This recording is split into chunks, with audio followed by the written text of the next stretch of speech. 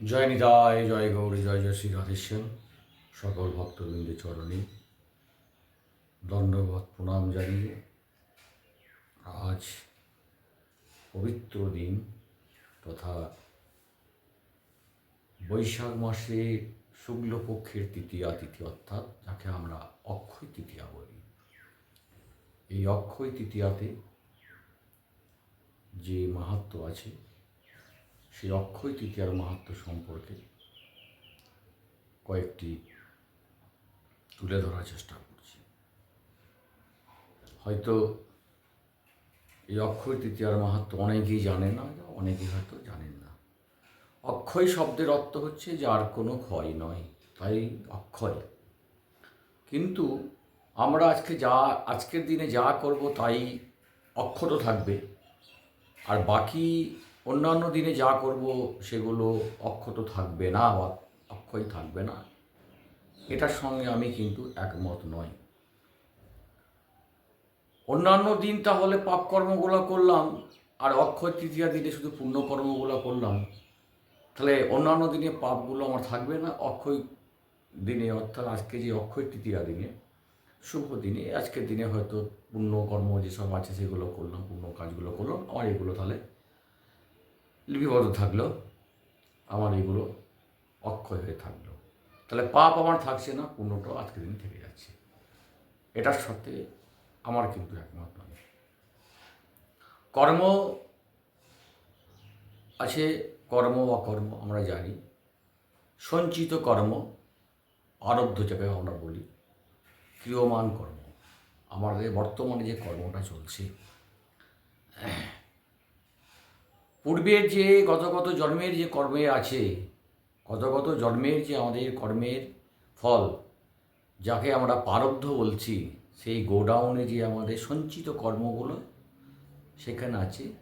জন্মের সাথে সাথে সেই সঞ্চিত কর্মের কিছুটা পাপের কিছুটা পুণ্যের ভারসাম্য মোটামুটি সহ্য করার মতো পরিস্থিতি, সেটা কিন্তু যখন জন্মগ্রহণ করি তখন কিন্তু আমাদের সঙ্গে চলে আসে, যেটাকে প্রারব্ধ বলি আমরা।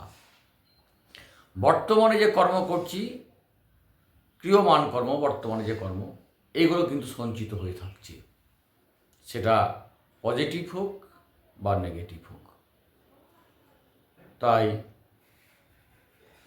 পূর্বের যে কর্ম, গত জন্মের যে কর্ম, একটা জিনিস জেনে রাখবেন, অতি পুণ্য অতি পাপ একই জন্মে ফলে যাবে, এই জন্মেই ফলে যাবে। প্রচণ্ডভাবে যদি পুণ্য কর্ম করা যায় আর প্রচণ্ডভাবে যদি পাপ কর্ম করা যায়, তাহলে ফলভোগ পেয়ে যাবে একদম। যাই হোক, এই অক্ষয় তৃতীয়া, এই অক্ষয় তৃতীয়াতে অনেক মাহাত্ম্য আছে। আজকের দিনে অনেক ঘটনা শাস্ত্রে বর্ণিত আছে। যেমন মৎস্য পুরাণ অনুযায়ী সত্যযুগের সূচনা হয়েছিল। পদ্মপুরাণে বরাহ ধরণী সংবাদ অনুযায়ী ত্রেতা যুগে প্রবর্তিত হয়েছিল। এবং মৎস্য পুরাণে জপ শস্য আজকের দিনে উৎপন্ন করেছিলেন। এবং আজকের দিনে পরশুরামের আবির্ভাব তিথি। ভগীরথ সেই মা গঙ্গা দেবীকে মর্তে আগমন করেছিলেন, সে সগর রাজার 60,000 পুত্রকে তাকে উদ্ধার করার জন্য, যে ভস্ম হয়ে গিয়েছিল সেই গঙ্গা সাগরে, সেখানে সেই গঙ্গাকে মিলিত করেছিলেন। অনেক ঘটনা আছে। তার এছাড়াও আছে আজকের দিনে মহাভারত রচনা করেছিলেন, ব্যাসদেব রচনা করেছিলেন। ব্যাসদেব এই মহাভারতের শ্লোকগুলি বলেছিলেন এবং গণেশ সেই শ্লোকগুলিকে লিপিবদ্ধ করেছিলেন। আপনারা যদি কখনো বদ্রীনাথে যান, সে বদ্রীনাথ থেকে আনুমানিক 2.5-3 কিলোমিটার হবে রাস্তা, মানা গ্রাম বলে আছে। ভারতের শেষ গ্রাম বলা যায় সেই মানা গ্রাম। সেই মানা গ্রামে ওখানে ব্যাসদেবের গুহা আছে, সে ব্যাস গুহাতে সেই মহাভারত রচনা করেছিলেন ব্যাসদেব। এবং গণেশেরও পাশেই গণেশেরও মানে মন্দির আছে, আমি সেখানে গেছিলাম, সেখানে যাওয়ার সৌভাগ্য হয়েছিল। সে ব্যাস গুহাতে গেছিলাম, ব্যাস গুহার ভিতর প্রবেশ করেছিলাম, বেশ কিছুক্ষণ ছিলাম। খুব যে অনুভূতি সেটাকে হয়তো বলা যাবে না, বলা উচিতও নয়। যাই হোক, আধ্যাত্মিকের একটা যে দেবভূমি এবং আধ্যাত্মিকতার ওখানে যদি অনুভব করতে হয়, তাহলে যদি কখনো আপনারা এই বদ্রীনাথে যান, তাহলে বদ্রীনাথে থেকে মানাগাঁও যাবেন। সে মানাগাঁয়ে সে ব্যাস গুহাতে অবশ্যই কিছুক্ষণ সময় অতিবাহিত করবেন, জপ করবেন, জপ ধ্যান করবেন। তা যাই হোক, এবং আজকের দিনে গঙ্গোত্রী, যমুনেত্রী এবং কেদার, বদ্রী এই চার ধামের দ্বার উদ্ঘাটন করা হয়। যখন বন্ধ হয় সেই দীপাবলির পরে, সেই তখন যে অক্ষয় দ্বীপ প্রজ্বলন করা হয়, সেই অক্ষয় দ্বীপ প্রজ্বলন করার পরে 6 মাস যে বন্ধ থাকে, তারপরে এই দ্বার উদ্ঘাটন অক্ষয় তৃতীয়া হয়। যে দরজা খুললেই সেই দ্বীপ কিন্তু প্রজ্বলিত দেখা যায়। এছাড়া সূর্যদেব দ্রৌপদীকে অক্ষয় পাত্র দান করেছিলেন। এই অক্ষয় পাত্রের বিশেষত্ব হচ্ছে, ওই পাত্রে যে খাদ্য সামগ্রী থাকবে, যতক্ষণ পর্যন্ত দ্রৌপদী আহার না করবে, সেই দ্রৌপদী খাবার পূর্বে পর্যন্ত সেই অক্ষয় পাত্র থেকে খাদ্য সামগ্রী দেওয়া যাবে। সমগ্র বিশ্ববাসীকে যে সেই অক্ষয় পাত্র থেকে খাওয়ানো যাবে। কিন্তু দ্রৌপদী ভোজন করার পর সে পাত্র ধৌত করে দিলে আর কিন্তু সেখান থেকে আর সেই দিন আর সেই অক্ষয়ভাবে আর থাকবে না, অক্ষয়ভাবে ভোজন আর পাওয়া যাবে না। এছাড়া জগন্নাথ, বলদেব এবং সুভদ্রা মায়ের যে রথযাত্রা হয়, আমরা জানি, সেই রথযাত্রায় রথের যে নির্মাণ কার্য, সেটাও কিন্তু এই অক্ষয় তৃতীয়াতে শুরু হয়।